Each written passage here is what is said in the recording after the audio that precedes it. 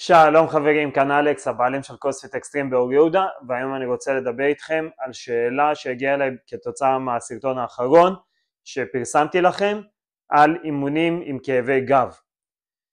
אז אם אתם סובלים מכאבי גב שנובעים כתוצאה מבלט או פריצת דיסק, חשוב לי להגיד שברוב המקרים זה לא גזר דין לכל החיים, ויש דרכים להתמודד עם זה על ידי תנועה נכונה וחיזוק של השרירים באזור. אז בואו נתחיל מהבסיס. מה זה בעצם עמוד שדרה? עמוד שדרה מורכב משני דברים, חוליות ודיסקים. חוליות זה בעצם עמוד השדרה שאנחנו מכירים, והדיסקים זה הסחוס שמפריד בין החוליות ומאפשר לנו את התנועה התקינה ואת הגמישות של עמוד השדרה. כל דיסק הזה מכיל נוזל ג'ילטיני, שברגע שהוא נפגע אנחנו עלולים לחוות כאב, כי הדיסק מתחיל לבלוט החוצה והוא עלול ללחוץ על חוט העצבים שרץ דרך עמוד השדרה גם כן. אז אם יש לנו את השילוב הזה של פגיעה בדיסק וכיוון לאזור חוט העצבים, אנחנו נחווה כאב כמובן בהתאם למיקום של הדיסק.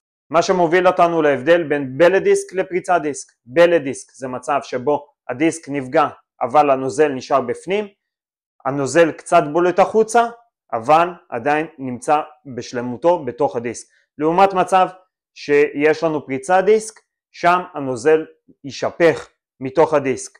מכאן ההבדל בין אם יהיה כאב, לא יהיה כאב ומה רמת הכאב, תלויה בזווית ביחס לחוט העצבים שלנו.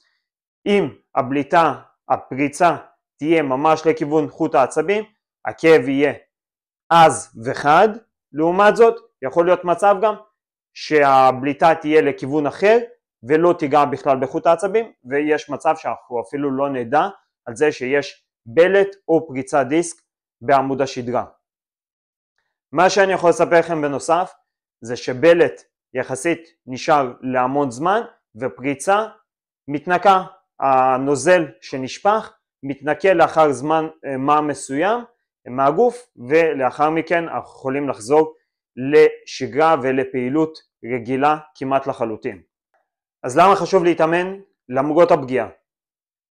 תנועה נכונה מחזקת את השרירים שתומכים בעמוד השדרה, מורידה עומס ומפחיתה כאב. כשאני מדבר על חיזוק, אני מדבר על שרירי הבטן, הגב, זוקפי הגב. ברגע שהשרירים האלה מספיק חזקים, אנחנו נשארים זקופים, השרירים יתמכו בעמוד השדרה ובדיסקים, יורידו את הלחץ עליהם, יפחיתו כאב וימנעו פגיעות נוספות, הסיכוי לפגיעות נוספות בעתיד. לכן מאוד מאוד חשוב להמשיך להניע את הגוף, להזיז אותו, להגמיש אותו ולחזק את השרירים. לא מעט מחקרים היום נותנים עדיפות לתנועה איכותית שמעודדת חיזוק והגמשה של האזור על פני מנוחה מוחלטת ברגע של פגיעה בעמוד השדרה.